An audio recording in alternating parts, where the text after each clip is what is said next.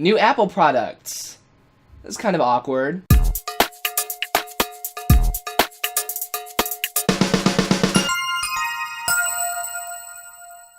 Hey, what's up guys? I'm Jacob Kaufman, I'm on the street, and last week Apple released some new products. Of course, now I'm going to tell you what they are. Unless you've been living under a rock, you've probably heard about most of these, but this is just in case you're not quite caught up on what's going on. So first of all, some new iMac models were released, and I'm really excited about that. The new models have 4th generation Intel Core processors. The model with an i5 processor goes up to 3.4 GHz, while the i7 model goes up to 3.5 GHz. Depending on the model you get, you'll either have Intel HD Graphics 5000, Intel Iris Pro graphics, or a discrete graphics chip which goes up to the NVIDIA GeForce GTX 780M with up to 4 GB of VRAM. Notice the M in that model number in the Iris Pro graphics. Even though the iMac is a really capable machine, it still has laptop grade graphics. It has mobile grade graphics because they made it so small that they can't fit regular graphics chips in there. You can now get up to 1 terabyte of flash storage in your machine. That is really great. Or you can get up to a 3 terabyte hard drive or a 3 terabyte fusion drive. And a fusion drive is basically, it's just a hard drive and then it's got like an SSD for cache, like a small SSD just for things that you access often. So yeah, unless you've got serious money constraints, I would go with the fusion drive. You get up to 32 gigabytes of RAM. The 21.5 inch model starts at $1,100, while the 27 inch model starts at $1,800. So Apple has been marketing the iMac towards anyone who says Apple's not serious into computers. They've been marketing it towards people who want a serious desktop machine but don't want to shell out $3,000 for a Mac Pro. Of course, they don't have anything less powerful than the iMac for the desktop, so they're also marketing it towards people who just need a baseline computer as well. And that's why you've got so many different, not expandability options, but different customization options, because you really cannot open up the iMacs at this point. Ever since they started curving the back and having that 5mm bezel on the iMac, you really cannot open them up yourself for service. But as you just heard, you can pack quite a lot of power in there. So yeah, it seems like they're marketing the Mac Pro more towards actual developers, whereas if you're a media specialist, if you do video production, then they're wanting you to grab one of these iMacs. Now, you probably heard about this before you heard about the rest of the new iMacs. Apple also released a new model of the iMac. It's still 27 inches, so it's the same size screen as the larger version of the iMac before, but this one has a Retina 5K display. Now, a Retina display has pixels that are so small that you cannot see them from a normal viewing distance. They started in iPhones, and then they gradually were adopted by iPads, iPad minis, MacBooks, and now iMacs. Because the pixels are so small, they were able to fit over 5,000 pixels in there. That's why they're marketing this as a 5K display, because you hear a lot of people saying, we've got like 1080p HD displays, we have 1440p displays, and now we have 4K displays that are like twice as many pixels as this thing has, and then this has 5K, so this is sharper than the state-of-the-art displays out there right now. In case you're wondering what the exact resolution is, it is 5120 by 2880. And I thought it was interesting. In the past, Apple has not really said anything about screen resolutions. They've always been quality before quantity. They've always said with their iPhone cameras, they don't focus on how many pixels the camera captures, but how good those pixels look. It's been the same way with Apple's displays. They really don't care how many pixels they put in the monitor as long as it looks good. And with the iPhones, they don't say this iPhone has a 1080p display. They say this iPhone has a Retina display. So they could have just called this iMac with Retina display, because they did this with the MacBook Pro. They've got the MacBook Pro, and then they have the MacBook Pro with Retina display. The fact that they call this the iMac with Retina 5K display, and the fact that they have the resolution listed on their website, kind of tells us that they're trying to market towards people who consider themselves techie, who are looking for the tech specs. So once again, in addition to this being a baseline Mac desktop, it is also marketed towards power users. The 5K version of the iMac has a couple of other different specs as well. The i5 version goes up to 3.5 gigahertz, the i7 version goes up to 4 gigahertz, and that's pretty high. This version has AMD graphics, which I found interesting, that they're using Intel graphics for all the rest of their Macs. They're using Intel graphics for the MacBook Pro, the MacBook Air, the regular iMacs, the Mac Mini, and now we've just got this sole iMac with 5K display that's powered by AMD graphics. So apparently they think that AMD graphics are superior to Intel graphics. You can bump up the AMD graphics chip to a Radeon R9 M295X. Once again, notice the M in the model number. It is a mobile chip. And you can get up to 4 gigabytes of VRAM with that one. Once again, you can get up to a 1TB SSD or a 3TB Fusion drive. You're going to pay a little more for this one. It starts at $2,500, and it might seem like, why not just pay the extra $500 so you now have $3,000 and pay for a Mac Pro? Well, remember, this is also coming with a 5K display. If you go out and buy a 4K display, it might be $1,000 on its own. So the fact that their 5K display is less than $1,000 over their non-5K display model is kind of nice. Apple also refreshed the Mac Mini, and before we get into that, I want to talk about Apple's servers. They quietly killed off the server version of the Mac Mini when they released these new versions. So first, Apple killed off the Xserve, which the Xserve was Apple's just server rack that they used to sell. Then they killed off the Aluminum Mac Pro, and the Aluminum Mac Pro had a server version that you could use, but they didn't sell that anymore, so the only server they sold was the Mac Mini, which obviously a Mac Mini server is not going to be nearly as powerful as an Xserve or a Mac Pro, which have Xeon processors in them. If you get a Mac Mini with an i5 in it, it's more geared toward home use or small business usage, rather than the Xserve was marketed towards large companies. But yeah, apparently they're just giving up on the server altogether, because now Apple sells no server versions of any of their computers.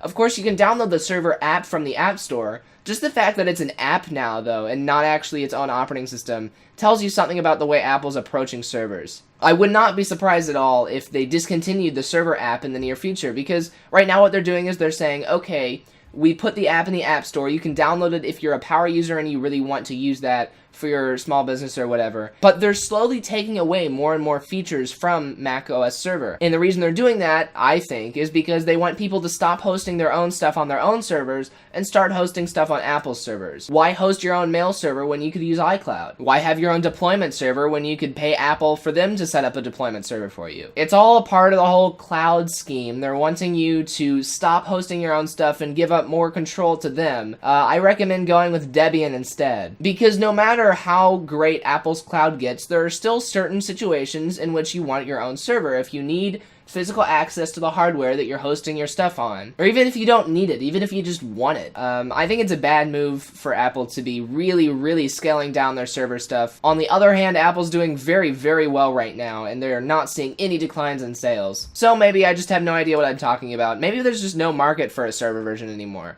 because anyone who's wanting to host servers isn't going with Macs anymore. And here I am with a Mac I bought just to be a server. But yeah, no more server version of the Mac Mini. The new versions of the Mac Mini have up to 2.8 dual-core i5 processors or 3.0 dual-core i7 processors. That's right, dual-core. I think this is a step down. I'm pretty sure they used to have quad-core processors. Don't quote me on that. Of course, I kind of can't take it back now because I put it on video. But seriously, what's up with dual-core processors in Macs right now? I mean, they're faster than they used to be, but yeah, maybe they think people using Mac Minis aren't going to be using applications that utilize multiple cores anyway, which might be a valid point. Of course, it does keep the price down. The lowest price of the Mac Mini used to be $600, now it's $500. So if having a extremely cheap entry-level desktop Mac, I guess this is their entry-level desktop Mac, not the iMac, although it does not come with a screen. If it's important to you for them to have a cheap entry-level Mac, then this would be a good thing. But yeah, if you want to be doing things like gaming or video editing, you're going to want to go with the iMac, not the Mac Mini. The new Mac Mini has up to a 1TB Fusion drive or up to 1TB of flash storage,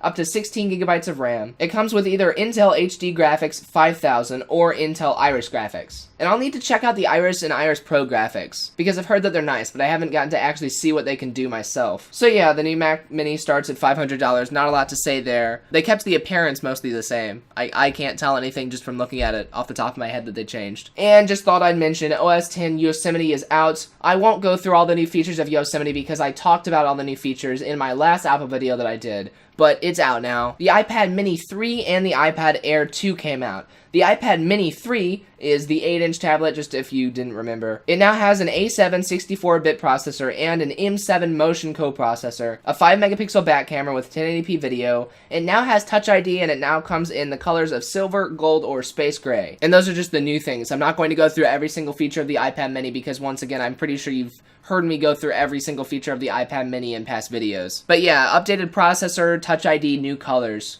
are the main things. So yeah, if you want a gold iPad, you better live in a classy place, or else a gold iPad is just going to be screaming, "Rob me." I would not take that on a bus, I would not take that on a train, I would not take that anywhere. I wouldn't even take it in my front yard. The iPad Air 2 is out. Now, it's interesting that a while ago, Apple used to do the iPad 1, or just the iPad, and then the iPad 2, and then they had the new iPad, and they got rid of version numbers. So it's like, okay, we're not numbering our products anymore, we're just making updates. I'm cool with that because normally when they assign numbers to things, the numbers eventually lose meaning. Because then they get into a cycle where they think they have to release a new version every year, and then sometimes the versions don't have anything new in them. But yeah, apparently they've changed their mind and gone back to numbering things because this is the iPad Air 2. The iPad Air 2 has a 10-inch screen just like all the other iPads. It is now 6.1 millimeters thin, 0.96 pounds. So it's less than a pound. The old iPad Air was a pound. This is 0.96 pounds. And they also got the width down a little bit. 6.1 millimeters, that's pretty cool.